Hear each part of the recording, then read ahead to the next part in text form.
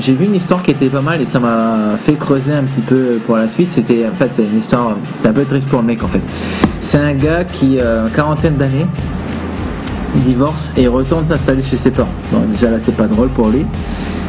Et en fait ce qui se passe c'est que un jour quand il était pas là, ses parents se débarrassent de sa collection de porno. Quand j'ai vu ça au début, je me suis dit, ils ont fait quoi? Ils ont effacé son ordinateur, ils ont jeté son ordinateur. C'est dur, ouais, tu vois. Et en fait, non. En fait, le gars avait réellement une collection de porno. Il avait genre 12 cartons. Quoi, les cassettes? 12 cartons. De cassettes et de. Enfin, cassettes, je sais pas, cassettes ou DVD, c'était pas indiqué, mais il y avait des films. 12 cartons. Des films entiers, quoi. Hein. C'était genre, effectivement, peut-être DVD ou cassettes. Le générique de début, le générique de fin, ok. Et des magazines, et 12 cartons, et il y en avait pour peut-être 39 000 dollars. 29 000 dollars. 29 000 dollars de porno.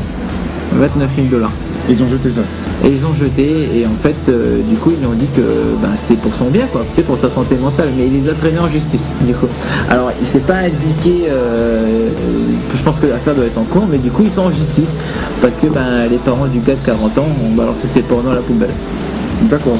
Et ça m'a interpellé parce que je me suis dit, le premier truc qui m'a marqué, c'est que déjà, il y avait des magazines. Et je me suis dit, ok, donc c'était réellement une collection, quoi. C'est pas juste le gars qui téléchargeait du porno comme un porc sur internet. Et avec les pages collées. Parce que je me rappelais avoir vu un truc par rapport à la dépendance par rapport au porno. Donc pour ceux qui sont pas au courant, le porno peut être une dépendance. Ouais, voilà, ouais.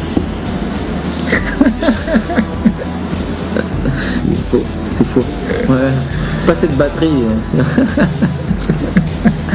Et donc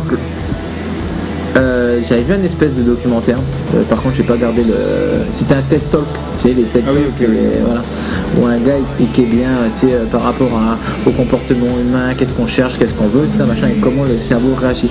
Et en fait il disait que l'internet c'était c'est pas une bonne chose déjà. Alors, si on peut trouver plein d'informations, mais par rapport au porno en fait c'était le porno en fait il te stimule le cerveau. Le porno te stimule le cerveau autant que le sexe te stimule le cerveau. Okay. Le problème du porno c'est que il te stimule, le porno sur internet te stimule beaucoup plus le cerveau parce que déjà tes vidéos ou tes photos, tu vas passer plus vite dessus, genre t'as une vidéo qui te plaît pas, tu passes à l'autre, une photo qui te plaît pas, tu passes à l'autre. Donc t'es vite stimulé. Tu sais, le sexe, c'est du début jusqu'à la fin, puis voilà, c'est ta stimulation quoi. Alors que là, t'as tout un tas d'éléments qui peuvent te passer devant les yeux pour arriver au happy ending. Ah, c'est pas le même genre de stimulation en fait. Là tu l'as sous les yeux. Là tu l'as un peu sur commande et tu passes d'un truc, tu passes d'une vidéo à une photo ou à une vidéo qui va être portée sur parce que tu as des thèmes, à tel thème, à une autre. Bref, la stimulation elle est puissante. Et du coup ça crée une dépendance. Parce que plus tu es stimulé, ton cerveau plus il est stimulé, plus l'excitation est stimulée, plus il en veut. Donc il va pas te demander la fois d'après de te dire écoute tu mets une vidéo du début à la fin. Non, tu m'as stimulé la dernière fois, tu me remets ça. Et cette stimulation quand elle disparaît, elle crée un besoin, d'où l'addiction. Donc tu es beaucoup stimulé et après plus rien. Vite on remet cette stimulation. Et en fait ce qui se passe c'est que vu que tu passes beaucoup de choses, d'un truc différent à l'autre, cette stimulation elle s'essouffle au bout d'un moment. Et ce qui se passe c'est qu'elle demande des trucs de plus en plus hardcore. Donc tu commences avec juste une petite vidéo bien soft et tout machin et tu finis sur des pages complètement loufoques. Enfin c'est extrême, mais c'est ce qui se passe pour les gros consommateurs de porn où justement ils écoutent leurs besoins et du coup vont chercher cette stimulation de plus en plus loin. Et donc cette stimulation que tu as quand tu as du sexe, et l'internet est considéré comme un super stimulateur. C'est même pas juste un stimulateur, c'est un super stimulateur parce que c'est la stimulation que tu auras dans le sexe, tu vois, par exemple la nana ou n'importe quoi, tu sais, qui commence à se déshabiller, ça te stimule, l'action te stimule, après ce qui se passe pendant machin, voilà. Mais là, tu passes de ça, où je dirais que dans la même action, à tu passes à des choses complètement différentes, quoi. D'accord. Tu sais, c'est comme si, imagine, tu regardes un film, bah, il y a des moments qui sont chiants, bah non, imagine, tu peux regarder 4 films en même temps avec que les meilleurs moments. Ok, d'accord. Tu vois, c'est juste, tu prends le meilleur. Et autant dire que les films représentent pas du tout la réalité. Donc bah, dans un porno, le mec, tout ce qu'il prend, enfin un mec ou une fille, hein, mais tout ce qu'il va prendre, c'est des trucs qui sont over the top, quoi. Oui, qui passe pour aller directement droit au but, j'ai envie de dire. Et en fait, ça m'a fait penser à ça, parce que en fait, ce qui m'a interpellé, c'est que le mec avait des magazines.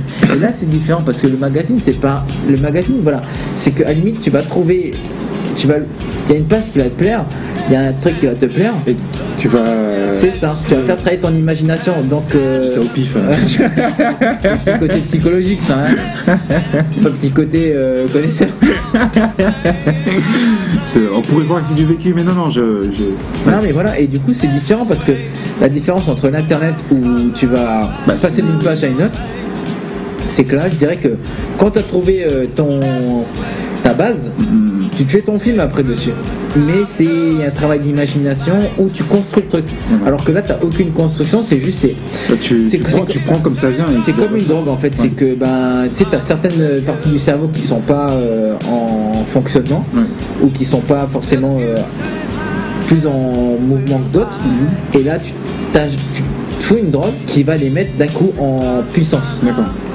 Bah là, c'est pareil. C'est que là, tu vas regarder des scènes qui sont vachement excitantes pour ton cerveau, rapidement, différentes, voilà, sans pour autant, tu sais, pas passer par certaines étapes. Alors que l'homme est pas fait pour ça. L'homme est fait pour trouver quelqu'un, créer une relation d'un soir ou de 10 ans, mais tu sais, avancer à un rythme, et pas juste avoir du cash comme ça là, où bam bam bam, je te donne ça et résultat. D'accord. Et c'est pour ça que je dirais que d'un certain côté, les parents ont peut-être un petit peu tort, parce que s'il y avait des magazines, c'est que c'était peut-être réellement une collection. Après, c'est peut-être pas la collection c'est pas la collection que les parents ont envie de trouver. Ouais, mais après. Mais au moins, je dirais que c'était une collection noble, parce que quand ils ont dit. Non, mais en fait, ce qui m'a interpellé, c'est quand ils ont dit pour sa santé mentale. Ah oui, je dirais, s'il avait des magazines, c'est que sa santé mentale était ok, c'est juste qu'il avait beaucoup d'imagination.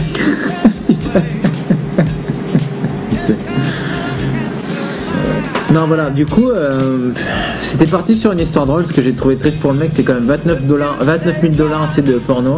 En plus, c'était sa collection. Bah, il était suffisamment furieux pour envoyer ses parents au tribunal, hein, donc. Oui, quand même, d'accord. Ouais. Papa, maman, je vous aime, mais. En plus, il y a heureusement d'habiter chez eux. Alors, t'imagines l'ambiance à la maison, quoi. Putain. Ouais, voilà, c'est ce qui à la fin, c'est ce qui en ressortait, c'est qu'ils avaient une image du sexe qui était complètement faussée, parce que ce qu'ils voyaient dans les films était pas. Ça se trouve, on reparle des jeunes aujourd'hui, voilà, hein, bon, on sait que c'est des films, on sait qu'il faut aimer la personne, mais il y a quelques années, c'était ça. L'idée de l'alcool avait peut-être un impact, mais pas sur ça, parce que les jeunes étaient déjà biaisés par. Je crois qu'on le dira jamais assez. Enfin, là, tu dis, ça m'étonnerait que la génération de maintenant pense comme ça, mais si, je pense que c'est. Non, mais je te parle de manière générale, il n'y a pas que le porno. Il faut bien. Je pense qu'il faut qu'on continue à dire. Non, ce qui se passe à la télé. Le tabac, c'est tabou. On en viendra tout ça. Ce qui se passe à la télé, c'est pas forcément la vraie vie, les gars. Quoi? À part Friends, d'accord. Friends, c'est la réalité. Friends, c'est. Tout le reste, c'est faux. Et le cristal aussi. Ouais. Mais seulement avec John McClane. Hein. Ah oui, après, voilà. Bruce Willis, c'est un acteur qui joue John McClane. Non, c'est John McClane qui joue Bruce Willis, pardon. Voilà. C'est ce que tu dis. J'ai trompé, c'est un peu comme pas savoir qui est quoi dans.